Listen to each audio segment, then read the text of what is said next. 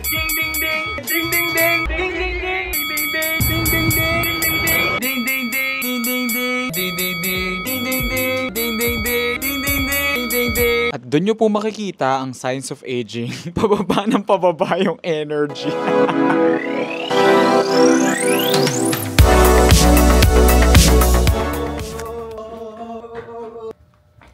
Guys, it's finally here! Hey guys, it's me Cedrix and welcome back to my Ding Ding Ding channel. So ayan, finally it arrived. This is our YouTube 100k silver play button. So if nakamiss kayo ng chapter ng buhay ko, ayan, we recently reached 100,000 subscribers on YouTube. I feel like hindi na tayo iiyak this vlog. Iniyak ko na siya lahat. Nung na-reach natin siya, I went live on Instagram and grabe, puro iyak. Iyak na may konting live yon. So, we're gonna unbox it today. Ayan, I'm speechless. Let's just unbox it.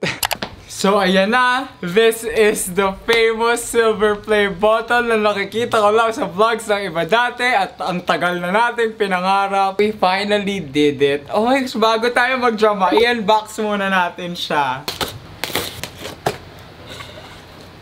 Pagkabukas niya, meron na to parang foam. Syempre to protect. Congratulations on your subscriber milestone. Tapos, ito na. Ito na yung letter. Ipapalaminate ko to, guys. Babasahin din natin para feel natin yung pag-unbox na to. Do you remember your first subscriber? Your 100? Or your 1,000th subscriber? Chances are you do. And we know that you'll definitely remember your 100,000th subscriber. Your fans may have found you while searching YouTube, learned about you through a friend, or maybe you showed up as a recommended video no matter how they came to your channel. Your audience stayed and their numbers increased because of you and the community you've built. We're proud to honor your impressive milestone of reaching 100,000 subscribers with the Silver Creator Award. Congratulations! We know that you have many more stories to share with your community, and we know your fans can't wait for you to amaze them even more with your commitment and creativity. So keep creating, keep building. We can't wait to see what you'll do next, and we're here to support you along the way. And who knows, when you reach your 1,000,000 subscriber, we may just write to you and ask, do you remember your 100,000th subscriber? Yours sincerely, Neil. Ayan, iba na. Actually, I feel like iba na siya compared dun sa dating mga letter na natanggap ng mga YouTube friends ko. Kasi YouTube CEO, iba na siya. It's not the same anymore. Wait lang, di ko pa nakikita yung mismong plaque. Nakikita ko lang siya sa screen, di ko pa siya tinitigan.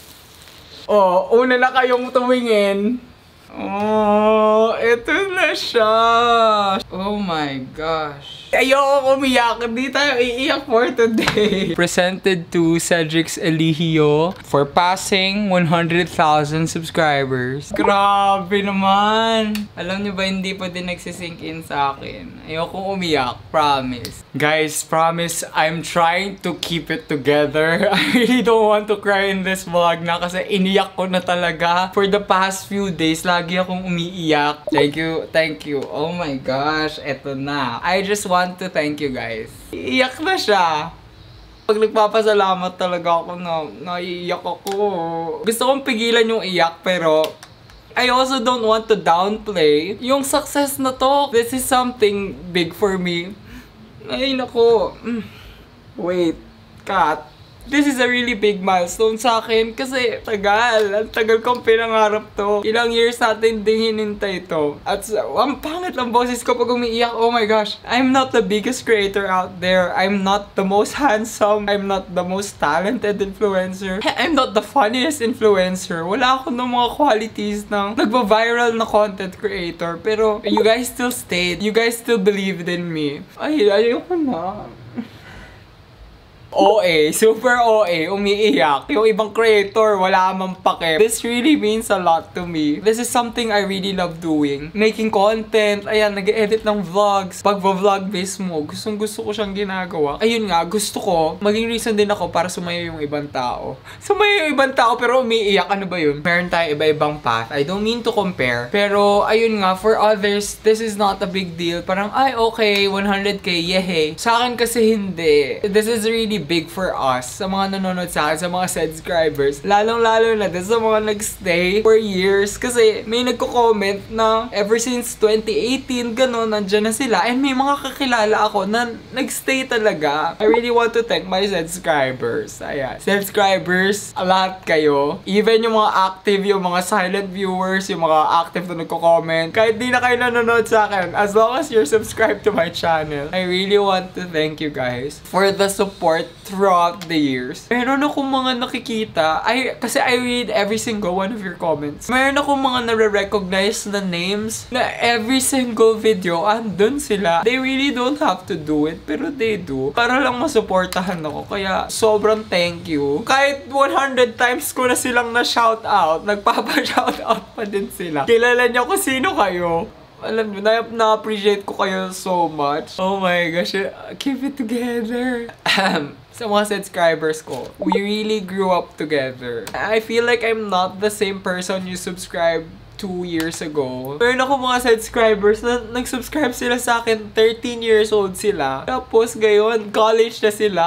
I also want to personally thank my subscribers admins. Ayan. Hindi naman nila kailangan gawin yung trabaho. Matrabaho maging admin ng isang influencer. At saka di biro. They're doing it out of love and support. I just love the community that I built through this channel. Yung mga subscribers, nagiging friends sila in real life. Nagme-meet sila with each other. Tapos yun talagang nagiging personal life friends sila, not just internet friends. Shoutout sa inyo, shoutout sa mga admins ko. Even dun sa mga umalis na, I really understand why you chose to leave. Kasi, nagiging busy na tayo sa buhay. May mga kanya-kanya din tayong buhay. Pero, I really appreciate every single one of you guys. So, thank you. Thank you talaga.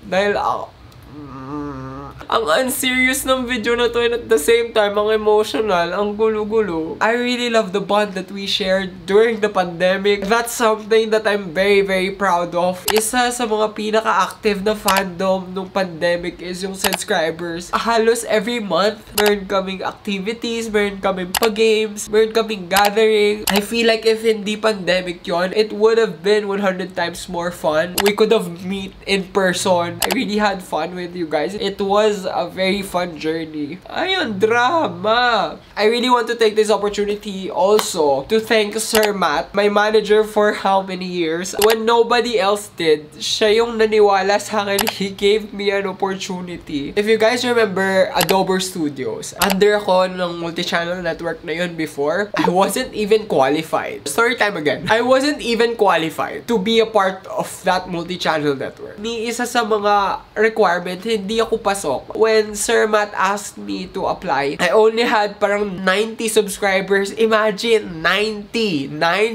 subscribers. Still, sabi ni Sir Matt, may potential daw ako sa pagbablog. Kaya niya ako pinili to be a part of this multi-channel network. Not every vlogger nakakapasok sa Adobe Studios. As in, very handpicked. And isa ako sa mga pinili ni Sir Matt personally. So, kung lang siya i-call, ayoko na i-share dito. Pero Sir Matt, for the longest time, I feel like I let him down. Thank you and sorry kay Sir Matt. Kasi I feel like I let him down. I know it's really not about the numbers. He was rooting for me. Ramdam ko talaga yung support ng manager ko. Eventually din kasi, umalis si Sir Matt sa Adobe Studios. Kahit umalis siya sa Adobe, hindi niya pa din ako hinayaan. He treated me like under pa din ako sa kanya. Yung relationship namin ni Sir Matt, it's not manager ko siya, talent niya ako, ganun. It's not. Parang nakakuha ako ng instant kuya. Parang ang pangat naman ko sabihin kong tatay, pero ang dami mong opportunities na binigay sa akin. After nagsara ng Adobe Studios, isa ako sa mga pinili ni Sir Matt na talents to keep. I really wanna dedicate this also to you. Ayan, thank you, Sir Matt. Tawagan na lang kita mamaya, pero thank you for believing in me. Thank you for seeing my potential. I also want to thank my YouTube friends pala. My content creator friends. Lalong-lalo na yung, if you guys remember, Dose Squad and Madaling Tandaan Squad. Most of them hindi na content creator ngayon. And it's really sad for me. Kasi ilan na lang kami nag-upload sa YouTube. Meron na silang ibang path sa buhay. Shoutout kay Jace. Jace is one of my very first YouTube friends talaga. Si Jace, lagi kong kasama sa mga events. I really miss those times na wala kami iniisip kundi gumawa ng content. Nagkaroon din ako ng kapatid kay Jace sa content creation world. He still makes content up to this day, pero hindi na din ganun kadalas kasi, ayun nga, meron na siyang professional job. Shoutout din kay Karen Aquino. Until now, nakakasama ko pa siya sa mga events kasi under kami ng Horizon. Halos same din kasi kami ng content ni Karen. Pero si Karen kasi hindi na siya nag-upload sa YouTube. Karen, mag-upload ka na ulit. Ayun, lumipat na kasi ng platform si Karen sa TikTok. I feel like si Karen yung pinakamatagal kong nakasama talaga. Kasi from Adobers until now, nakakasama ko pa siya. Nakita niya kung gaano ko pinaghirapan talaga to. Karen Aquino is one of the most authentic na content creators. Kung ano siya sa video, yun talaga yung makikita nyo sa personal. Maliban sa height. Maliban sa height. Kasi ang tangkad niya sa videos, medyo kinulang in person. Pero, Karen, I love you so much. I want to also shout out AC De Castro. Isa din si AC sa mga pinakamatagal ko nang nakasama. From Adobers to until now, kasama ko pa si AC. Grabe AC, if naaalala mo dati, kung paano natin i-push yung isa't isa. Sabi nga ni AC, hataw. Hataw kung hataw talaga tayo before sa pag-create ng content. Medyo nasad din ako sa pagiging inactive ni AC sa YouTube. I really believed in him then. Na-appreciate ko kay AC before yung brainstorming namin. Nagtutulungan kami sa content ng isa't isa. AC, bumalik ka sa YouTube. Sinasabi ko sa'yo, inuutusan kita. Tigil-tigilan mo na yung kaka-TikTok mo dyan. Isa din si AC sa mga nakapag-push sa akin dun eh. Kasi, nakaka-pressure kaya siya. Bigla-bigla siya pumapasok sa Adobers. Ang galing-galing niya mag-vlog, hayop. Nakaka-pressure siya. So, I need to step up my game. Dati, kinuwento ko kay Sir Matt yan. That was our biggest secret. Sorry, AC. Kasi ang galing-galing niya mag-vlog. As in yung daily vlog. Ang galing niya mag-vlog, be. Wait lang. Ako din, sabi ko. So, ayun. Kinalingan ko. AC, naniniwala ako. Next ka na. Speaking of Horizon, if hindi nyo kilala yung mga under ng Horizon, Riva Kennery, Baninay, Bond, Team Choi, sila Iska, sila Vince Alarcon, and sila Rainier, sila Jiro, Bane, sila AC, sila Edlin, sila Vishnu, sila Sai Smith. I also want to thank them kasi pag nagme-message sila na nanonood sila ng vlog ko, nakaka-motivate. Grabe, they're big creators. Millions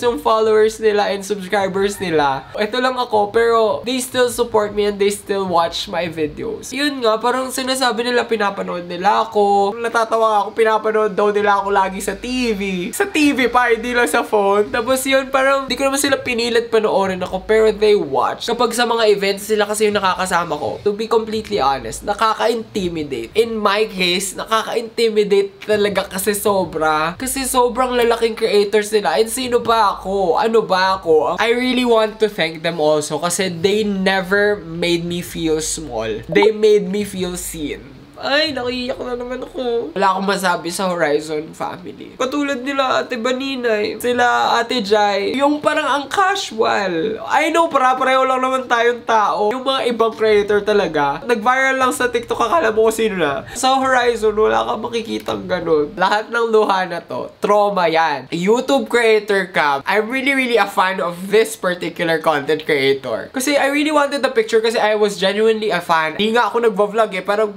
hindi ko naman siya gagamitin for clout. Big creator siya before.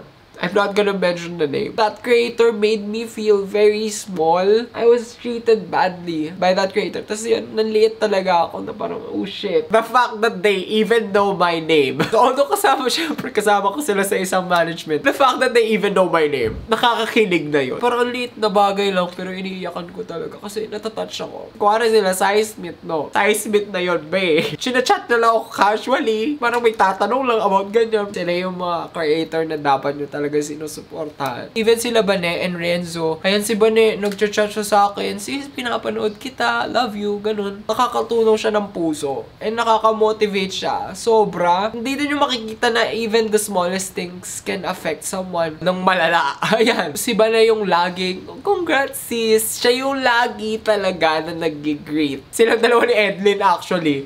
Super updated sa everything that is happening. Lagi nila akong kino-congratulate for something. crying. Kasi lagi nila sinasabi na proud sila sa akin. Ang liit na bagay, iniiyakan ko. Ang haba na ng vlog na 45 minutes. Ano ba naman? Ano ba naman nagsasabi ko? Pero this is our silver play button. Ang masasabi ko lang, congrats not only to me, congrats sa ating lahat. We did this. Thank you so much. I love you all. Look niya yung surprise ni Liam sa akin. Like, oh my gosh, I look rough.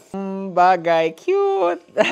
Ayan pala, I also want to thank Liam. Liam has been a big part of my channel. Although you guys don't see him that often on screen, all around actually, naging photographer na siya, videographer, personal assistant, minsan makeup artist pag may event ako, even stylist. I appreciate Liam so much. I really want to thank Liam, not just for this cake, but for everything. Kilalanin niyo siya as the guy behind the camera always. And also thank you for this cute cake. I also want to thank pala my family and my friends for the never-ending support. I mean, I feel like wala naman silang choice kung masasali sila sa vlog ko or not.